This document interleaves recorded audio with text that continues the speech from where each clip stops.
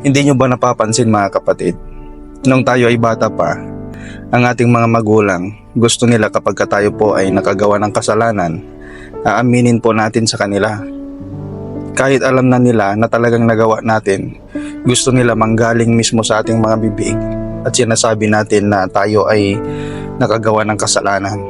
Alam niyo po bang ang laki po ng nagagawa ng pag-amin?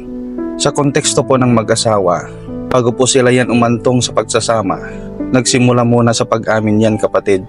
Inamin nila sa isa't isa yung kanilang nararamdaman, kaya naging sila, nagpakasal sila, kaya ngayon mag-asawa sila.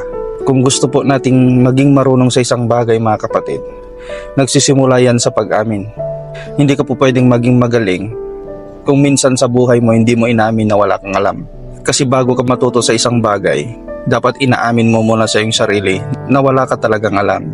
Gusto mong matuto sa math? Hindi mo alam yung formula? Natural, dapat aminin mo muna na hindi mo alam. Kasi kung hindi mo inamin na hindi mo alam, hindi ka magtatanong. Pero ang pinakamalaking nagagawa po ng pag-amin mga kapatid, pag tayo po ay lumapit po sa Diyos, ang sabi po ng 1 John 1:9, if we confess, pag kinumpisal natin or inamin natin our sins, He is just and faithful to forgive our sins. Ganon po kadakila ang ating Diyos mga kapatid. Gusto niya inaamin natin, sinasabi natin, kinukumbisal natin mula sa ating mga bibig na tayo po ay nagkasala.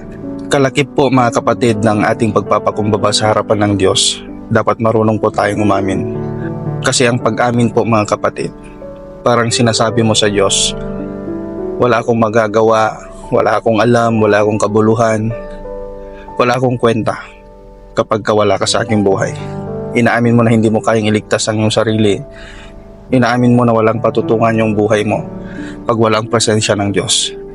Kaya po mga kapatid, sa mga nanonood po sa video ito, nawa po matuto po tayong lahat na umamin sa ating mga kasalanan at humingi po tayo ng tawad sa Diyos upang sa ganun ay patawarin po tayo ng Diyos. Dahil ang Diyos po, ang sabi niya po, ang sino mang lumalapit sa akin ay hindi ko itataboy. Purihin po ang Diyos na buhay. Nawa po magpatuloy po tayong paglingkuran ng Diyos. God bless you all.